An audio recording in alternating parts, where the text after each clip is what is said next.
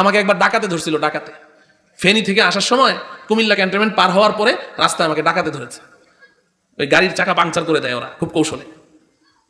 তা আমি সামনের সিটে বসা, এখন ওই চাকা ঠিক করতে গেল, ড্রাইভার যখন নামলো এর মধ্যে ডাকাতে সে ঘিরে ফেলছে গাড়ি। তা আমি তো সামনের সিটে বসে দোয়া ইউনুস পড়ছি, আল্লাহ সাহায্য চাইছি। তো একটা ছেলে এসে খুললো দরজা, দরজা খুলে বলছে, হুজুর টাকা পয়সা যা আছে দিয়ে দেন, আপনাকে কিছু বলবো না। তো পরে আমি বললাম যে আমার কাছে টাকা পয়সা কি আছে তুমি দেখো, চেক করে দেখো কি আছে। ওই যে একটু আগে বললাম যে সত্য কথা বলবেন, সত্য কথা বলবেন, কখনো মিথ্যা কথা বলবেন না, কোনো সময় না। সত্য কথা বললে আল্লাহ সাহায্য আপনার সাথে থাকবেই। সাময়িকভাবে হয়তো আপনি বিপর্যয়ের মধ্যে পড়তে পারেন, সাময়িকভাবে, কিন্তু আল্লাহ পাক এর উত্তম বদলা, উত্তম প্রতিদান, এর চেয়ে আরো কয়েক কোটি গুণ বাড়ি আল্লাহ আপনাকে দিয়ে দিবেন। তো আমাকে বলছে টাকা যা আছে দিয়ে দেন। আমি বললাম যে আমি তো আমার টাকা দিব না, আমার টাকা দিলে তো তোমার কাছে সন্দেহ থাকবে যে আমি দিলাম কি দিলাম না, সব দিলাম নাকি লুকিয়ে রাখলাম, তোমার সন্দেহ থাকবে, তুমি নাও, তুমি দেখো আমার পকেটে কি আছে। কারণ হলো, আমি এই কথা বলার কারণ হলো যে আমার সব পকেটে কিছু কিছু টাকা ছিল।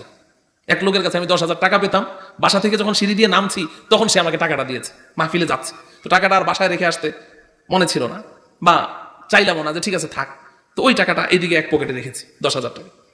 তো আবার মাহফিল থেকে যে টাকা দেয় আমি তো কোনোদিন দেখি না, আলহামদুলিল্লাহ এই পর্যন্ত দেখি নাই।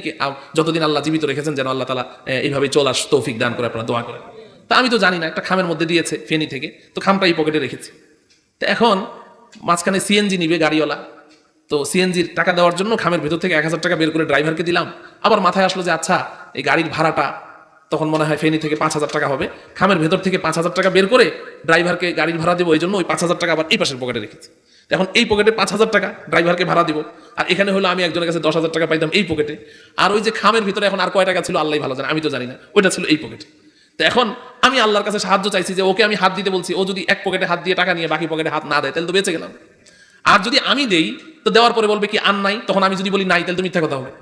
এই জন্য আমি বলছি যে বাবা তুমি দেখো কি আছে, আল্লাহ হেফাজত করলে করবে। তো সে এই পকেটে হাত দিল, এই পকেটে হাত দিয়ে ওই খামটা বের করেছে। খামটা বের করে দেখে যে মাদ্রাসার নাম ঠিকানা আরবি লেখা, তো ও খামটা ফেলে দিয়েছে। ফেলে দিয়ে আমাকে বলছে টাকা দেন, টাকা দেন। আমি বললাম যে বাবা এটার ভিতরেই টাকা আছে। পরে বলে যে সত্যি কথা তো? আমি বললাম যে হ্যাঁ, আমি কখনো মিথ্যা বলি না, এটার ভিতরেই টাকা আছে, নাও। তো সে খামটা তুলে নিল, নেওয়ার পরে বললো যে আর নাই। আমি বললাম দেখো আর আছে কিনা, কারণ নাই তো আমি বলবো না, আছে তো আমার কাছে। তো সে আর পকেটে হাত দেয় না।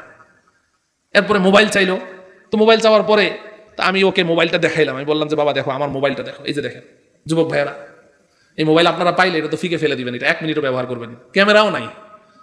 তো দেখেন আল্লাহ কিভাবে হেফাজত করে। হ্যাঁ, আমার পেছনে একজন খাদেম বসা ছিল, আরেকজন আলেম, উনি এর আগের সপ্তাহে 20,000 না 21,000 টাকা দিয়ে অ্যান্ড্রয়েড সেট কিনেছে, ওইটা নিয়ে গেল টাকাতে, কিন্তু আমার এই মোবাইলটা নিল না। আমি বললাম যে বাবা এটা নিলে তুমি 100-200 টাকা বিক্রি করতে পারবে, কিন্তু এটার মধ্যে মাদ্রাসার অনেক গার্জিয়ানদের ফোন নাম্বার, অনেক মাদ্রাসা শুভাকাঙ্ক্ষীর নাম্বারটা নিলে আমি খুব ক্ষতিগ্রস্ত হব। পরে এটা আর নিল না। না নিয়ে আমি যেই ঘটনাটা কেন বললাম, দরজাটা বন্ধ করার সময় আমাকে বলতেছে হুজুর মাফ করে দিয়েন, মনে কিছু নিয়েন না, মনে কিছু নিয়েন না, মাফ করে দিয়েন। তা আমিও একটা হাসি দিয়ে বললাম যে আচ্ছা দিলাম, মাফ করে দিলাম। আচ্ছা বলেন তো দেখি এটা কি মাফ হয়েছে? সবাই ফতোয়া দেন, মাফ হয়েছে? এই ডাকাতের মাফ করা যেমন মাফ হয় নাই, বাসর রাতে বউয়ের কাছে মহানার টাকা মাফ চাইলে মাফ করলেও মাফ হবে না। কথা বুঝাইতে পারলাম?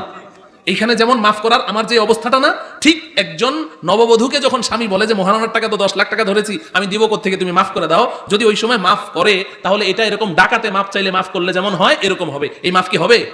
না, এই মাফ হবে না। এই জন্য এই মহানার টাকা পরিশোধ করা লাগবে কি লাগবে না? হ্যাঁ, মুফতি শফি রহমতুল্লাহ আলাই লিখেছেন যে তুমি যদি তোমার স্ত্রীর হাতে মহারানার টাকাটা পুরা দিয়ে দাও, 5 লাখ টাকা মহারানা ওর হাতে দিয়ে দাও, এই যে নাও তোমার মহারানার টাকা।